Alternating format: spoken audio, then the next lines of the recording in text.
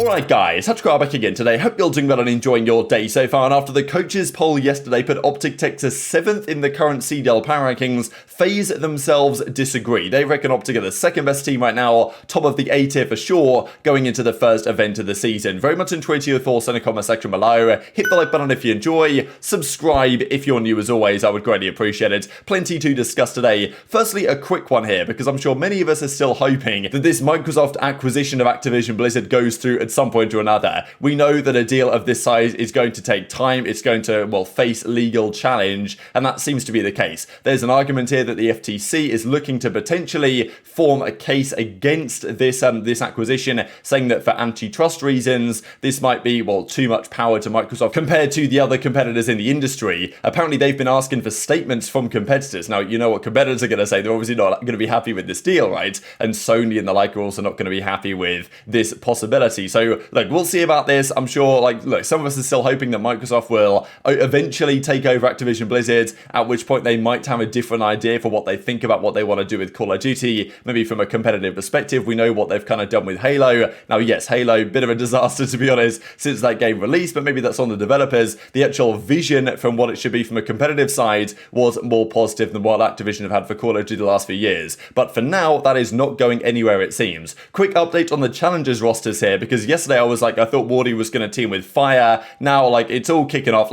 Honestly, challengers is such a mess. It's actually crazy. But this is now a team. Wardy, Saints, Decimate, and Hamza, and that's a team of 4. That's the team that Wardy, I guess, joined, having left Chino, Morks, and Noisy, and they weren't so happy about. Then Fire has gone to Mohawk's team with Classic and Johnny, and then Scraps and Venom, who knows? Because I think Scraps and Venom with Hamza +1, maybe it was Saints, I'm not exactly sure, were going to be the London Academy team, and now, who knows what's going on there anymore? Are they going to have an Academy team? Scraps is still their sub, so, that's a bit of a question what's going on. Also to note this, thought this was kind of surprising to be honest, but the COD League broadcast team is looking for an experienced host, caster, or analyst to join its all-star crew. This is, I went to have a look at this actually just to see what's going on here. So 3 days ago this is put on by Activision. So who are they looking for here? Because we know what the broadcast is. They need a host, right? They've got the casting pairs, they've got Bryson Tunn, they've got Maven and Merc for the majors, they've got Miles and Chance, of course, they've got Lando and Study, as that kind of third pairing. I think Lando honestly is great as a desk host as well. So are they looking for a desk host here? I'm kind of confused because they want a host, caster, or analyst. So do they want someone who's just the absolute do-it-all? I'm not really sure. Kind of a strange one, because I was wondering, okay, with Veli stepping away at the end of last season because there was all the drama that went down with Veli that I'm sure some of you guys are well familiar with, I was like, look, are they going to get Puckett back? Is he going to be there full time? What's going to happen here? They also want this person to do COD League, Challengers, COD Mobile, and World Series of Warzone, so all this type of stuff they're going to do. I know that people have been atting me and this and stuff like this. Look, the thing is, if you work for the CDL, you can't trash talk the CDL when they do something stupid, which is why, look, if I was ever going to do something like this, I'd want to absolutely ensure that I still had my independence to give constructive criticism, which I'm not necessarily sure would be the case. But anyway, if you guys want to apply, then feel free. It is a job posting that is indeed open. Scrappy reckons this is a good shout, I thought, that Slacked could get in, because we saw Slacked, I think, at the kickoff event, was it, last season. Thought he did a great job, and he was on the desk as well later in the season. So yeah, I wonder if Slacked could be a good target here. Who knows what they're going to do. But yeah, they want someone who can basically do it all, host, caster, and analyst. So what is that, who's going to join the broadcast to do that? I don't know. It's a pretty exciting prospect, I think, for next season. Quick note on Doug, actually, because we talked about the M4 GA earlier today. There has been a question to say, because now they've GA'd some of the underbarrels, and some SMGs certainly want the bullet velocity attachments gone. This, I think, is understandable and makes sense, just because we have seen that on the SMGs, they don't really have a bullet velocity attachment, so you don't get the hit scan-esque that you do on the ARs. And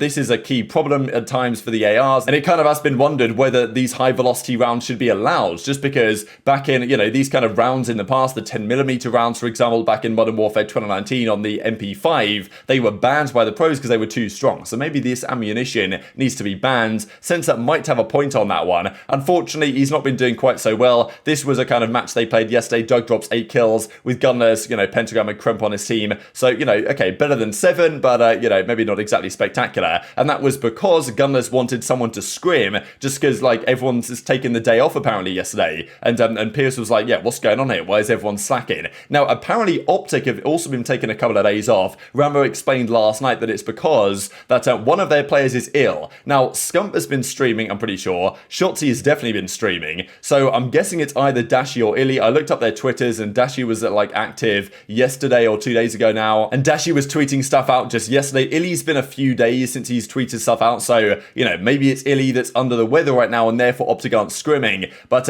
yeah, not ideal, because every day of practice you get now is valuable, because teams have missed a few days, so taking another day off is not exactly ideal for OpTic going into the new season. We have someone sick on the team chat, so we're not playing today. It's not a game issue. I mean, I don't know if the game allows a scrim, but I'm pretty sure it does. But I'm in on it. Yeah, someone's ill, so we are not scrimming today. Especially not ideal, because the matches are now 10 days to. I think OpTic maybe play in 11 or 12 days. But yeah, still far from ideal for the OpTic guys to be having to take another couple of days off because someone's ill. And as I said before, we knew what happened last time when iLLeY had to take a few, well, obviously a while out, not a couple of days, to Dashy and the team. Chemistry and culture and the grind set that they were on, to be honest, at the start of last season wasn't the same deal after iLLeY came back or after iLLeY went away. And look, obviously a smaller element to that this season, but still not ideal for them. But still, a lot of the teams reckon that OpTic are very good. FaZe last night do their tier list. Now, Sasha did say here that this is basically based off the last 2 weeks of scrims. Some of these teams, they haven't played much. Some of these teams, they've played a fair bit. So this is relatively similar to what we saw the coaches rank the teams as yesterday. But it's not exactly the same by any means. London Royal Ravens. What do you think about them, MC? I would put them in like I would say with us. I would say with us D. Yeah. Better or worse? Better. Yeah, y'all suck, huh? No doubt about it. LAG? So you alright? Yeah. I think they're alright team right now. I think low C. Yeah. You put them in Low Yeah. C. New York's clearly way better. Yeah. So like putting them in the same tier is kind of disrespectful to New York here, but Rokkr. I want to say like a mid B, like B in between Boston and Florida. I think. I didn't put them high C or low B. You think Florida's better than them? I think New York's better than See, this is the Minnesota. problem too. This is only off of like 2 weeks of scrims. By the time the first matches It come could be around, so much different. I think it's gonna switch. Like, Yeah. it's so hard to tell right now, and we've I only guess. played them like once. OpTic. No man. I would say like high B, like top B, Yeah, it's only top of B. Damn, I wasn't gonna say that low.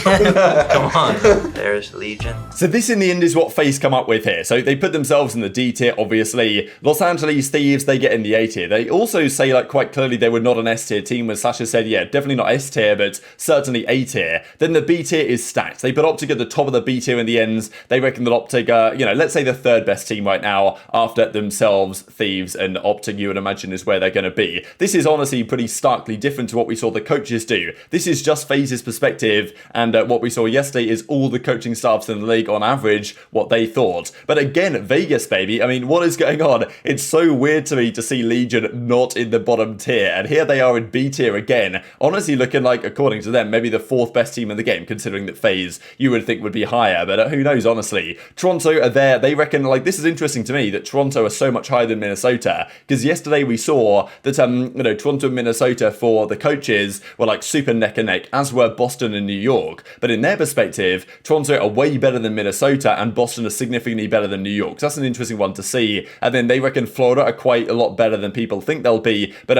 even Los Angeles Guerrillas, right, they were not keen on that team at all, because I think even they said, maybe I didn't share the clip because it was a long video, but they said that having Los Angeles Guerrillas and New York so close in terms of tiers was a bit disrespectful to New York, basically saying that LAG are kind of suck as well. And yeah, it's not looking so good. Now London, I mean, like, man, this London team cannot be doing pretty, because they were basically laughing when they talked about London. I mean, that was the first start of the clip I showed, right, when Cellium was like, yeah, London, and they were just like cracking up because they must just be smoking this team. So it's not looking good for the Ravens, man. Obviously, they've had a chaotic situation with the ownership changing and all this, but still, I mean, I think we knew that team wasn't going to work. It's not looking good so far. They've got to turn things around quickly, because the season's going to start soon, and last year they had such a good start to the year that kind of carried them through with the qualification for champs and all this type of stuff. This season, it's not looking pretty at all. So let's compare this then to what the coaches put together. So this is the average kind of tier list that the coaches did, and obviously, like, the A tier was incredibly tightly knit here. We couldn't really, I mean, it was 77 points that Ultra got, and it was 72 points that OpTic got. I think that a lot of these teams as well had some first place votes by some coaches as well. Not sure OpTic quite did, but it was there or thereabouts, really. So, I mean, yeah, this was the A tier, super stacked. FaZe see it differently, though. though. They reckon that OpTic are significantly better from what they've had so far, and a few of these other teams, as we say, Toronto over Minnesota, Boston over New York, but the common denominators are that Thieves are strong, no doubt about it. Thieves are right up there, and the bottom two teams in the league, from both their perspectives,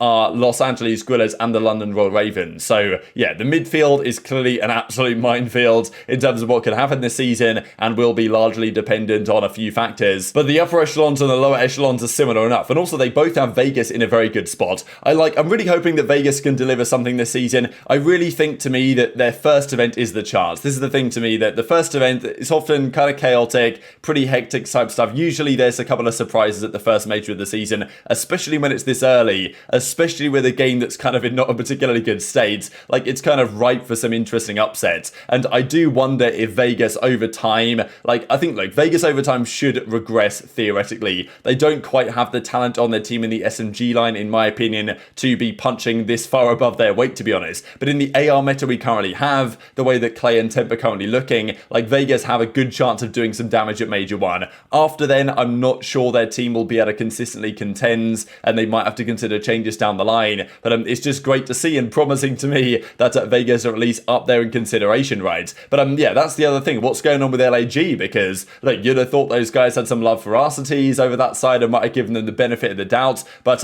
yeah, not the case, right? I mean, they were quite clear that, yeah, New York is significantly better than LAG, and LAG are only better than London. Okay, they wouldn't put LAG in London's tier, but they weren't really far away. And they also reckon Florida was better as well. So if LAG are the 11th best team, what's their plan? Because, again, they've already got to consider this, and they've also got to consider who their SMG line is going to be. Because we've seen the last couple of years, LAG have made some questionable calls in terms of their changes when they brought Chino in Cold War, when they brought Mental in Cold War. They've had some interesting calls. And again, they're going to have to make some serious decisions on their SMG line, because we know that if this team is going to make a change, Arcitys and Spart are on 3-year deals. It's Huke and Neptune that are on their, well, presumably 1 year or whatever they've got going on there. They're the ones that are going to get changed out. Asim is no longer an option because he went to London. Joe Deceives is now your substitute, and it's is that guy CDL ready? So, man, I think LAG are in a predicament this season if they're not good, and the coaches and Atlanta FaZe don't reckon they're good, even with the fact that I thought they might give Arcitys the benefit of the doubt here with building this team up, but right now, not very good. Now, Sasha did say, understandably, that things will change. This is the first couple of weeks of the game.